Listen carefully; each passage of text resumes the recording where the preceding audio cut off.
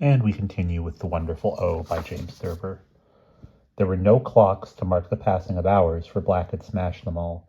It was October now, but no one knew what day, for Black had torn from all the calendars the months with O's, October and November.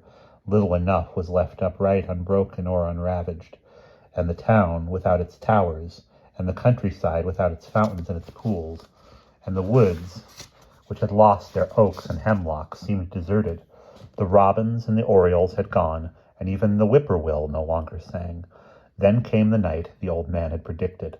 Black and little Jack were at their table in the tavern, when they heard a hue and cry, the children calling,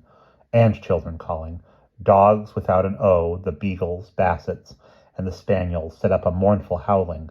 A wondrous light filled the sky. "What revelry is this?" demanded little Jack. "I know not what," said little Jack, "but I don't like it." "I don't like it, I don't like it," squawked the parrot, and Black spucked his thrug till all he could whupple was geep. "Geep," whuppled the parrot.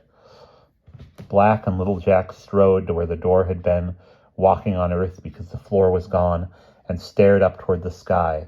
An enormous castle, lighted as by the light of many moons, stood upon a hill a mile away. "A castle!" cried Black. He rubbed his gloves together and gloated. "The jewels!" he cried. "The emeralds, the rubies, and sapphires!" "Not so fast," warned little Jack. "Faster!" cried Black, and he hurried through the night, stumbling on torn-up cobbles of streets, his shining eyes upon the shining castle. "Not so fast," warned little Jack again. "I smell the smell of trickery and ruse." "I smell the smell of jewels," Black exclaimed. "I smell a map." The crew had gathered round them now, with their axes and their spades and their cudgels, yelping like a pack of hungry hounds, and they all surged toward the castle, urged on by Strag and Strug. And from where they stood in the shadow of a broken column, Andreas and Andrea watched them go. This is the wildest night, and I hope it is. This is their wildest night, and I hope it is their last," breathed Andreas.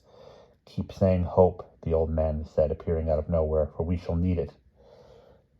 "There is a footnote in the book," said Andrea, "which I forgot to mention." "How does it read?" asked Andreas. That if the men who seek their heart's desire within the castle find it not before the hour of noon tomorrow, their cause is lost.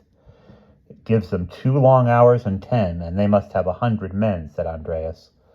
"I could find a map in half that time and all alone," the old man said, "if I were young." "The map is not their heart's desire, it is jewels," said Andrea. "And there is something in the book about a vast, frustrating forest." "How goes that part?" said Andreas. "It is written all in O, or nearly so, and all the O's are gone," said Andrea. "When coat is cat, and boat is bat, and goatherd looks like gathered, and booth is both, since both are booth, the reader's eye is bothered, and power is poor, and zero zer, and worst of all, a hero's her." The old man sighed as he said it. "Anon is Anne, and moan is man." Andrea smiled as she said it. "And shoe," Andrea said, "is she. And woe," the old man said, "is we." And we'll pause there.